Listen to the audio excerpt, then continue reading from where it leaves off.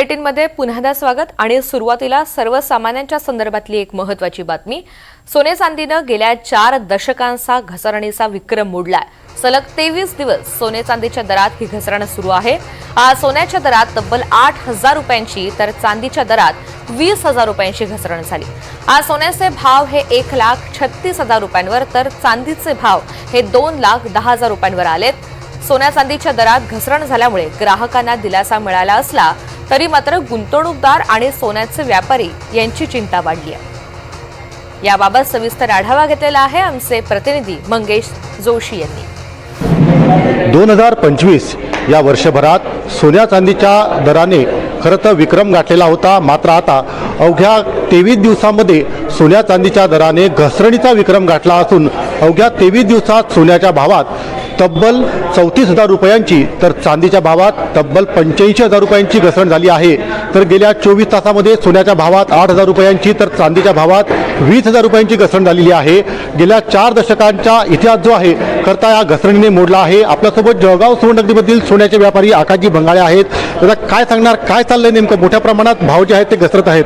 हो, सातत्याने इराण आणि US युद्ध सुरू झाल्यापासून सातत्याने रोजच्या रोज सोन्याचे भाव घसरत आहे। आता आज 8,000 रुपयाने सोन्याचे भाव आज कमी झालेले आहे आज सकाळपासून आतापर्यंत।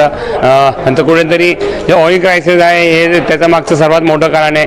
महागाई वाढलेली आहे, ऑइल क्रायसिस वाढलेले आहे, डॉलर इंडेक्स जो आहे तोही वाढलेला आहे। इन्व्हेस्टमेंट ही हळूहळू सोन्यामधून ही इतर फॅक्टर्समध्ये जाते। कुठेतरी जे इंटरेस्ट रेट जे कमी व्हायची शक्यता होती, इंटरेस्ट रेट ही कमी न होता या वर्षात उलट ती वाढायची शक्यता आहे। त्यामुळे ऑफकोर्स जिकडे इन्व्हेस्टमेंटला जास्त इंटरेस्ट भेटेल तिकडे पैसे जातील। आतापर्यंत सोनं एक अट्रॅक्टिव्ह इन्व्हेस्टमेंट बनलं होतं। कुठेतरी दर महिन्याला सोन्याचे भाव वाढायचे म्हणून इन्व्हेस्टमेंट आतापर्यंत ही ग्लोबल इन्व्हेस्टमेंट ही सोन्यामध्ये होती। पण जसं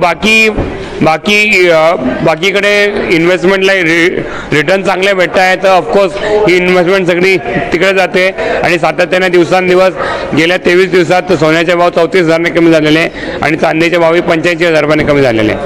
1 मार्च रोजी सोन्याचे भाव जे आहे हे 1,70,500 रुपयांवर होते। चांदी सुद्धा 2,85,000 रुपयांवरती होती। मात्र आज जर भाव बघितला तर 1,36 हा सोन्याचा भाव झाला आहे। चांदी देखील 2,10,000 रुपयांवरती आलेली आहे।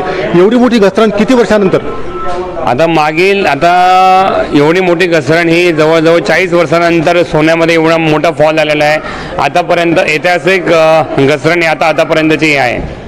तर याचा परिणाम जो आहे काही सराफा व्यावसायिकांना होतोय, कारण घसरण जी आहे ती सतत कायम आहे। ऑफकोर्स घसरणचा परिणाम तर ज्यांनी सोनं घेतलं आहे त्यांचं ज्यांनी 1 हफ्त्यापूर्वी घेतलं, 1 महिन्यापूर्वी घेतलं त्यांचं हे नुकसानच आहे। कारण की ग्राहक असो की सराफ व्यावसायिक असो त्याला सोनं घ्यायचंच आहे।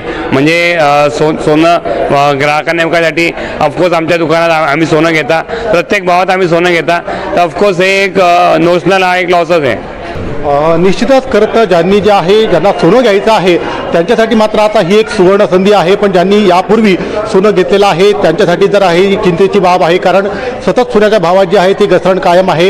एकंदरीतच जागतिक युद्धजन्य परिस्थितीचा परिणाम जो आहे हा अर्थव्यवस्थेवर होत आहे आणि त्याचाच परिणाम जो आहे हा सोन्या चांदीच्या भावावर होत असल्याने परिणामी सोन्या चांदीच्या भावात जी आहे ही मोठी घसरण झाली असून गेल्या 40 वर्षाचा इतिहास जो आहे या घसरणीने मोडलेला आहे। पुढील काळात ही परिस्थिती अशीच राहिल्यास अजूनही सोन्या चांदीचे भाव घसरू शकतात। मात्र युद्धजन्य परिस्थिती निवडल्यास पुढील काळात पुन्हा एकदा सोन्याचे भाव जे आहे हे स्थिरावतील असं मत जे आहे ते तज्ज्ञांनी व्यक्त केलेलं आहे। मंगेश जोशी, NDTV मराठी, जळगाव।